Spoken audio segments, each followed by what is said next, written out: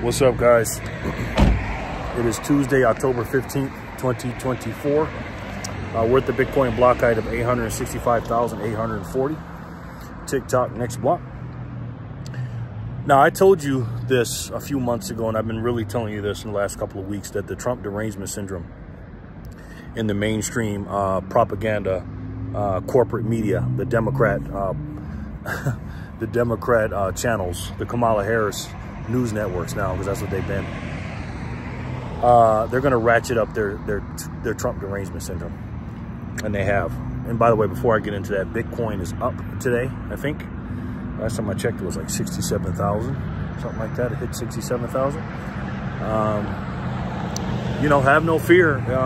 Sats are still cheap. So if I were you, I would get my hands on some. If you want a good exchange, there's some links in the description box. The personal ones I use are Strike, #1, Swan, #2, and the Bitcoin Well, #3. And I got links to all of them. You get yourself some free Bitcoin if you want to support the channel. Links down below. But I told you that the Trump derangement syndrome is going to go to 9,000. I said that yesterday. And boy, did it go up today. Now, I'm sure you guys already know this, but Trump did a kind of a town hall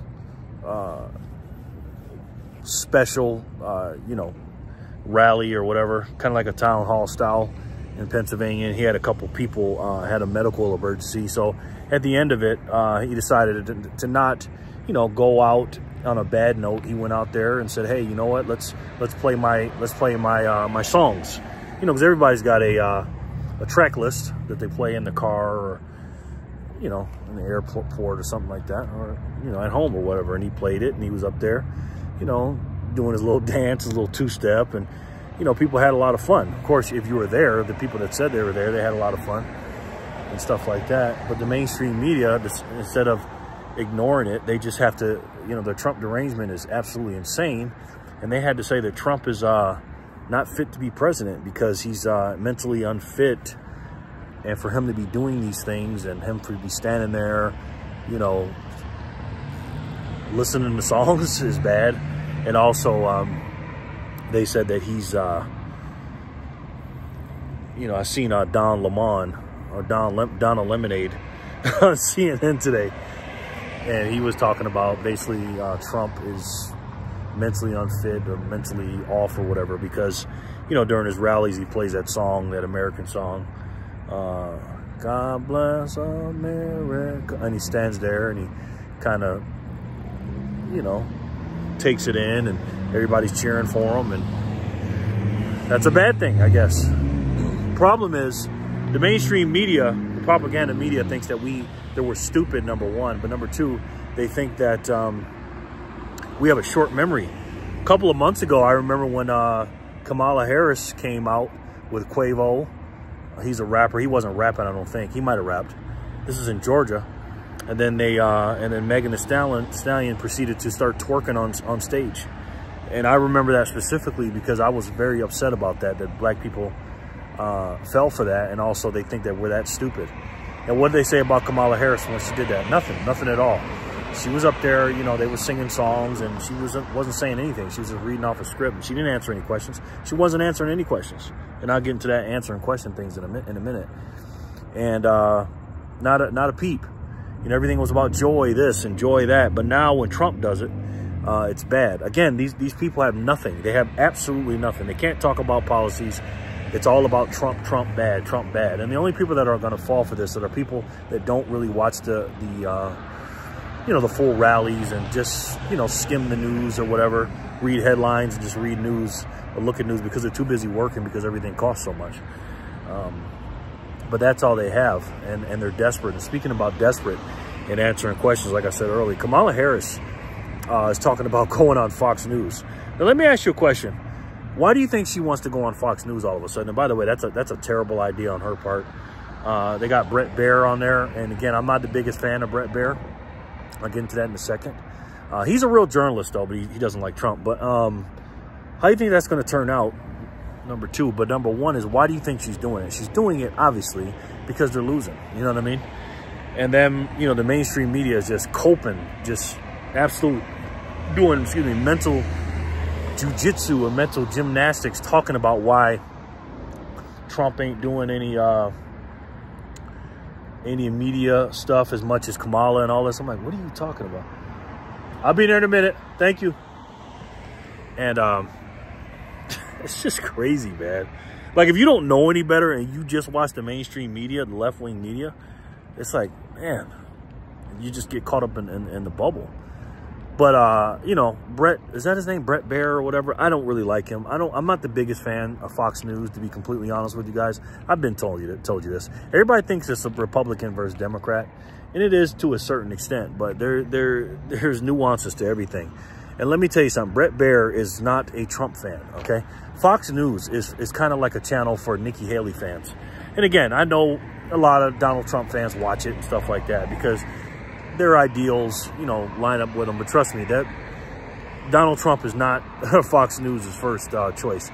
Best believe that. Because Brett Baer, he's a good journalist and everything, but he was tough on Trump, which he should be. And I'm not saying that, but let's just say he's not the biggest fan of Donald Trump, okay?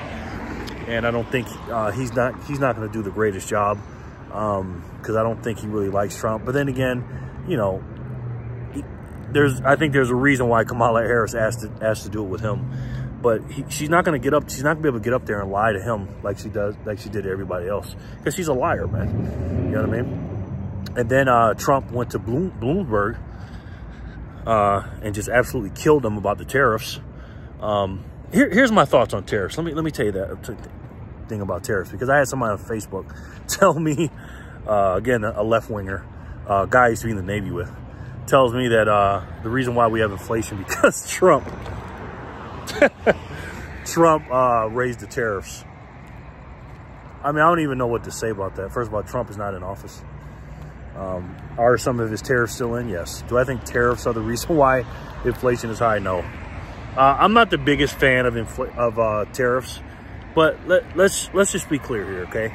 What are tariffs for? Tariffs, number one, obviously, if you have a fucking brain, they're for negotiating, okay? Again, I was a big fan of Trump before he became the president. I've read a lot of his books. My favorite book is The Art of the Deal, and he talks about this stuff. You always got to start high and and work your way down low, and you always got to be able to be willing to walk away from the deal. He talks about that in The Art of the Deal. And tariffs are a kind of a scare tactic.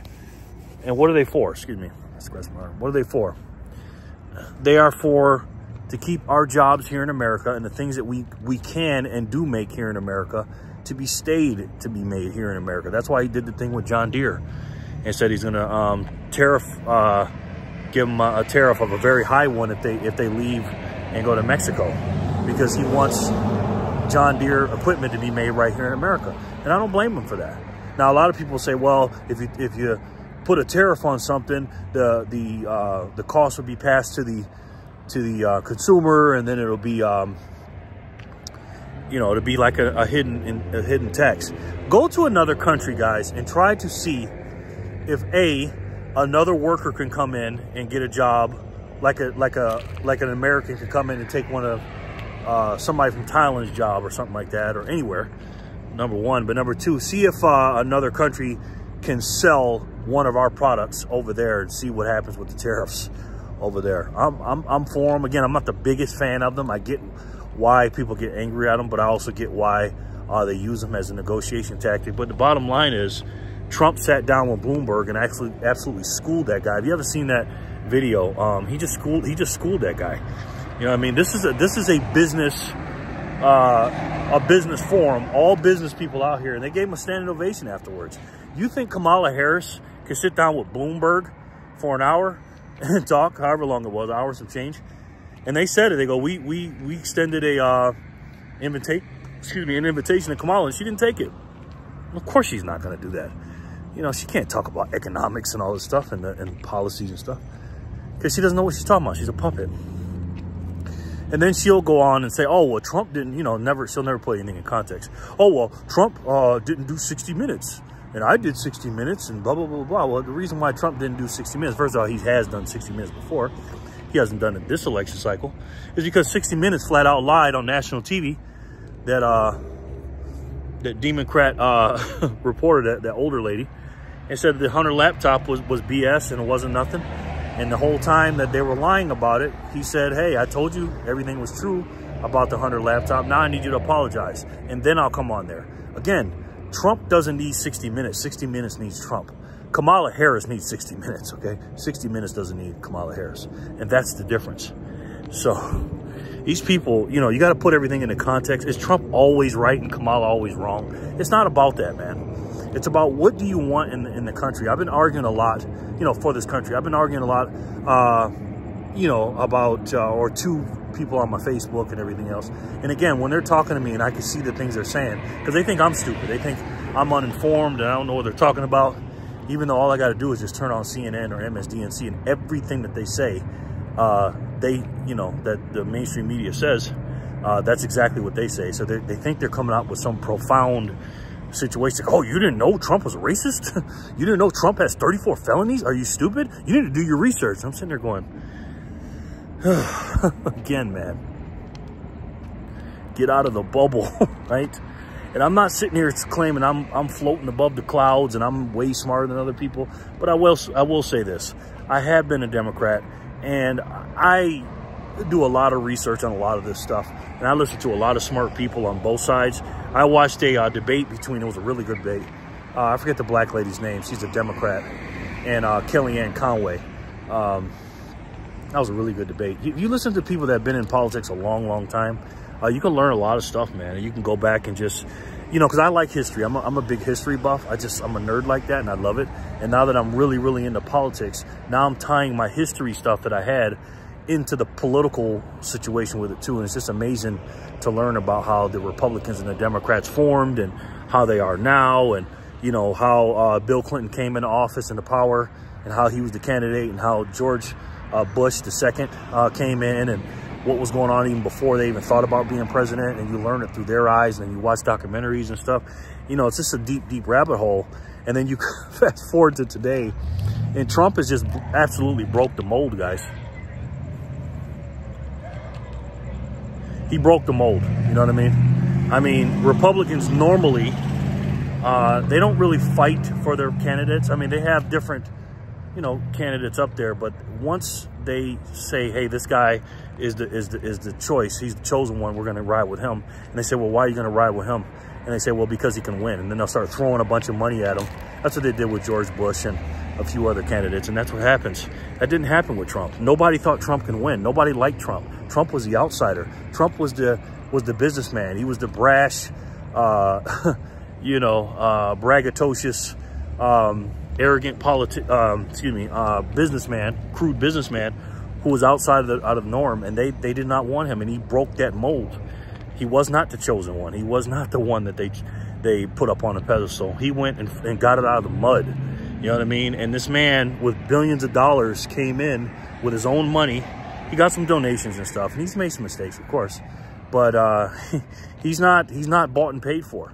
You know what I mean? He came in there on his own dime, and again, he did get some donations, but he's not bought by these corporate crooked entities that these other ones are.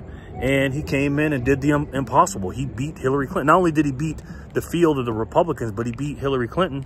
And then he announced in 2022, fast forward after his presidency, that he came out after all the January 6th stuff and all that. And I think it was November 2022, he announced that he's going to run. He was the first one to announce it. He got way ahead of everybody. He got ahead of Ron DeSantis and all of them. And they thought Ron DeSantis was the chosen one. He came in too late. People found out he wasn't great on the national level. He started dissing Donald Trump. And then the other guy, the other candidates, you know, Vivek Ramaswamy is good, but he's not. He's an unknown. And of course, Krispy Kreme. Krispy Kreme, he's not nothing. And Nikki Haley is a warmonger. That's the Republican pick. That's what they really wanted, Nikki Haley or Ron DeSantis, more Nikki Haley. But the backing of the common man like me and you looked at this and go, no, we need Trump. Forget these politicians. We need Trump. And that's why he came up and won. And that's why they've tried to do everything and they can. They threw everything but the kitchen sink at this guy. You know what I mean? And this is why I support him, man. Again, he's not perfect. But as of right now in 2024, he's exactly the candidate we need. Let me know what you guys think in the comment section below. And again, guys, as much as I love Trump and his business acumen, because he did a great job on Bloomberg talking about the tariffs and basically saying that, hey, most of these tariffs won't even be implemented because a lot of these, you know, stuff that's going to be, we want to tariff, will end up being here in America, and they'll build factories here.